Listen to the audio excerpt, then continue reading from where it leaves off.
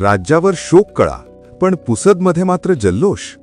उपमुख्यमंत्र्यांच्या निधनानंतरही नामांकित महाविद्यालयात सांस्कृतिक कार्यक्रमाचा धुराळा.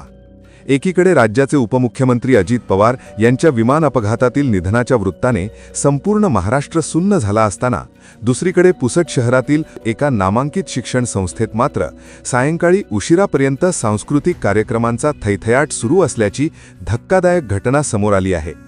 विशेष म्हणजे ज्या व्यक्तीच्या नावाने हे महाविद्यालय ओळखले जाते त्यांच्याच मंत्रिमंडळात अजितदादांनी एकेकाळी राज्यमंत्री म्हणून काम पाहिले होते.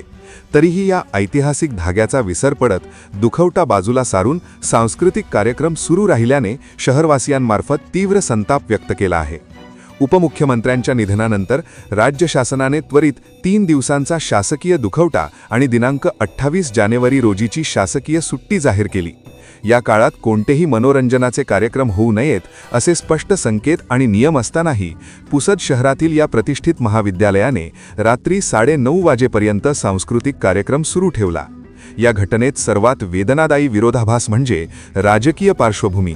सध्या पुसदचे प्रतिनिधित्व करणारे राज्यमंत्री आणि नगरपरिषद नगराध्यक्ष हे उपमुख्यमंत्री अजित पवार यांच्याच पक्षाचे आहेत.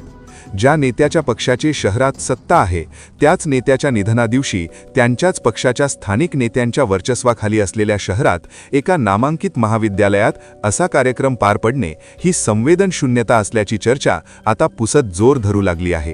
केवळ शासकीय मनोरंजन बंद आहे, खाजगी नाही, अशी तांत्रिक पळवाट काढून जर हा कार्यक्रम सुरू ठेवला असेल तर सामाजिक भान आणि नैतिक जबाबदारीचे काय, असा प्रश्न पुसदकरांमार्फत उपस्थित केला जात आहे.